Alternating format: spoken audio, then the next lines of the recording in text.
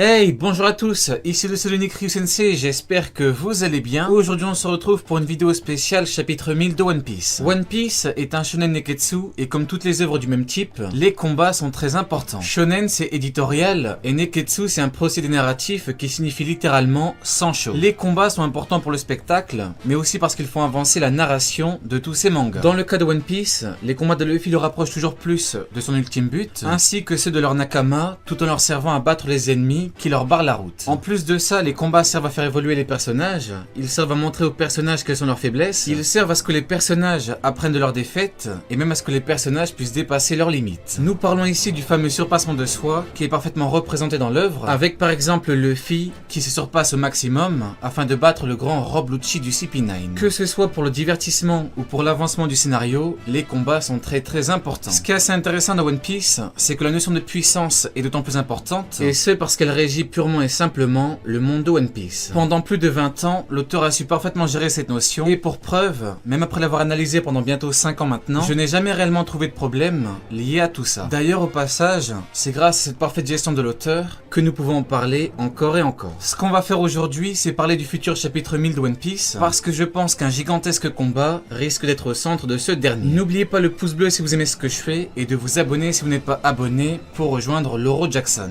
C'est parti. ここで俺たちに逆らった奴の末路をしっかり見ていろ。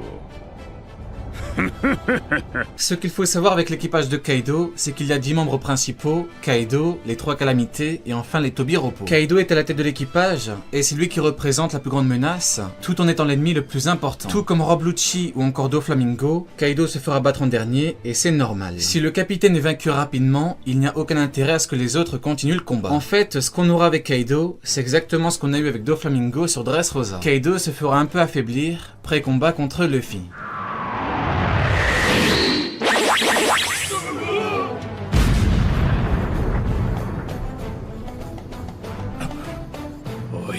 Rappelez-vous de Doflamingo avant le vrai combat contre Luffy, et quand je dis vrai combat, je fais bien sûr référence au Gear Force. Ce qu'il s'était passé, c'est que Doflamingo avait un peu été affaibli par Trafalgar Law. Le problème, c'est que beaucoup ne comprennent pas que Doflamingo n'a pas été affaibli pour que Luffy gagne, parce qu'il n'aurait pas pu. En fait, le One Piece Buy, c'est que Luffy aurait pu gagner, quoi qu'il arrive. Ici, je sais que certains ne me croient pas, donc laissez-moi vous dire que dans le SBS du tome 89, Eiichiro Oda le dit très explicitement. Luffy aurait pu gagner sans l'aide de personne. Maintenant que tout le monde est d'accord avec cet élément factuel, demandons-nous rapidement pourquoi est-ce que dans tous les cas, Luffy aurait gagné. La réponse est simple parce que sinon, Luffy n'aurait aucune légitimité à prétendre au titre du prochain roi des pirates. Encore une fois, ce n'est pas moi qui le dis, mais Luffy après Marineford. En effet, il a dit à Rayleigh qu'il est trop faible pour sauver ses Nakama, trop faible pour sauver Ace, et trop faible pour devenir le roi des pirates. À votre avis, pourquoi est-ce que c'est le second de Gold Zero en personne qui a entraîné Luffy? Exactement, pour qu'il puisse gagner tous ses combats.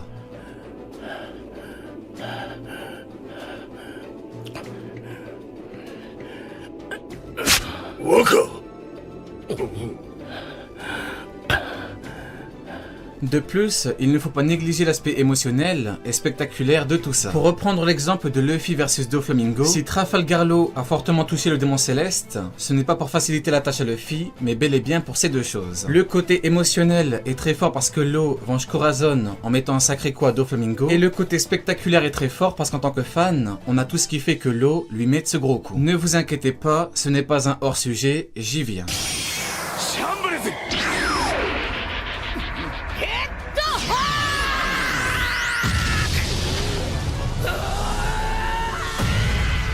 En plus de ça, là où l'auteur a fait fort, c'est quand on sait que certes, Trafalgar Law a attaqué Doflamingo avec Luffy. Cependant, le combat était d'abord un 2 contre 2 parce que Treble était de la partie. Mais en plus de ça, Luffy s'est beaucoup fatigué depuis le Colisée jusqu'à son combat final. C'est fort parce qu'en sachant ça, il est compliqué de venir dire que Luffy avait besoin de l'eau. Et d'ailleurs, Eiichiro Oda l'a confirmé dans les SBS parce qu'il savait que beaucoup discréditaient la victoire de Luffy. Retenez ça pour le combat contre Kaido, c'est très important.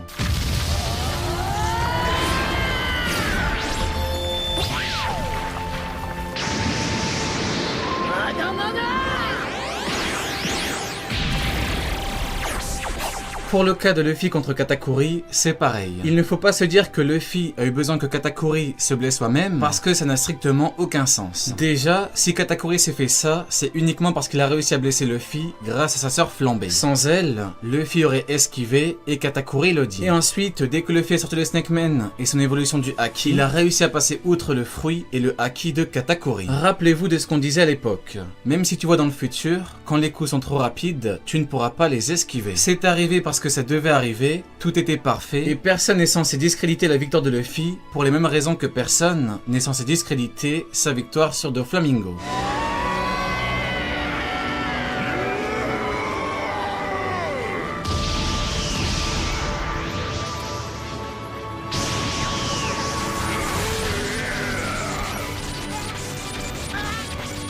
Ce qui nous amène donc à parler de Luffy contre Kaido, parce que comme dit plus tôt, Kaido va un peu se faire affaiblir contre les Minks et les fourreaux rouges. Par contre, maintenant qu'on a analysé le cas de Doflamingo et de Katakuri, eh bien il faut que l'on se dise une chose en particulier. Luffy va battre Kaido et personne ne pourra discréditer sa victoire. Les configurations globales sont les mêmes. L'antagoniste final combat à côté certes, mais Luffy aussi, par conséquent Luffy s'épuise en même temps. Depuis le début de l'arc, il a combattu des hommes de Kaido avec notamment un Elephant Gun, il a encaissé de grosses attaques de Apu, il a combattu à Numbers, il a combattu Page-One et Ulti, donc deux puissants pirates d'un équipage Yonko, et la liste va encore s'allonger avant sa confrontation avec Kaido. Là, ce qu'il se passe exactement comme sur Dressrosa, c'est-à-dire qu'avant de combattre le boss de l'arc, Luffy affronte beaucoup d'adversaires. La différence c'est que maintenant, Luffy est immensément puissant, qu'il a beaucoup plus d'expérience, et qu'il doit sauver tout le monde en battant un Yonko.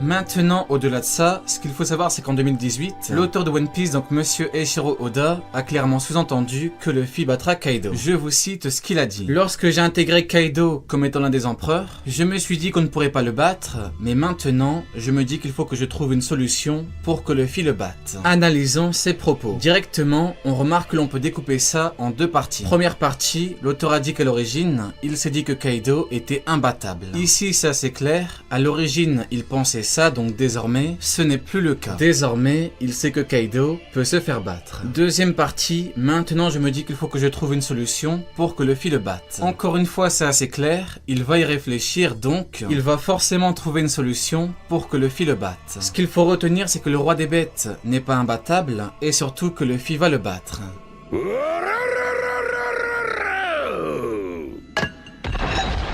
Maintenant, on peut se demander comment, et si vous regardez mes vidéos, vous connaissez toutes ces réponses. Un peu comme sur Whole Cake avec Katakuri, parce qu'après une longue analyse, j'avais expliqué pourquoi est-ce que Luffy devait gagner, j'avais expliqué comment est-ce qu'il allait gagner, et j'ai expliqué ce qu'il allait utiliser pour gagner.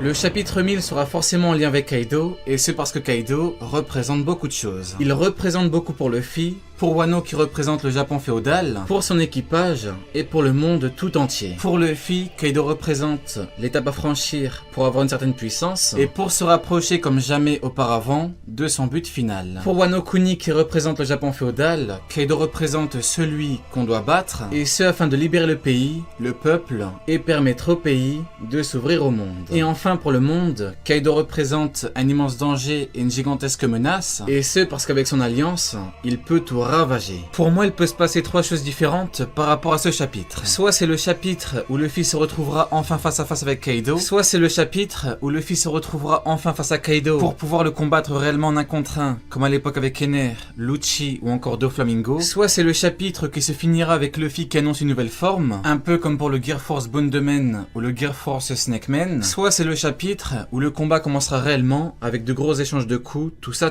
Maintenant, il reste d'autres options, mais qui n'ont rien à voir avec ce combat. Logiquement, ce chapitre sera centré autour du combat parce que Luffy est le perso principal et parce que le 1000e chapitre est quand même censé le mettre à l'honneur, mais on va quand même parler de ce qu'il peut se passer d'autre. Dans le chapitre 1, on a vu Shanks. Dans le chapitre 10, on a vu Baggy. Dans le chapitre 500, on a vu Rayleigh. Donc au chapitre 1000, on pourrait avoir un autre Nakama de Roger, quelques-uns de ses Nakama, ou alors directement tout l'équipage. Au chapitre 100, on a vu Dragon. Donc au chapitre 1000, on pourrait revoir Dragon, mais cette fois en action Dragon, comme il nous l'avait teasé au chapitre 100. On pourrait croire que Dragon n'est pas assez important que ça dans l'histoire, mais en fait, c'est bel et bien lui qui sera au centre du futur de l'œuvre. La révolution, c'est concrètement ce qui permettra au monde de changer à tout jamais, et elle permettra de mettre un terme à la domination des dragons célestes, qui se retrouvent au sommet du monde, alors que historiquement, ils ne devraient pas y être. Allez, Diane, tu n'auras pas regardé ma vidéo pour rien.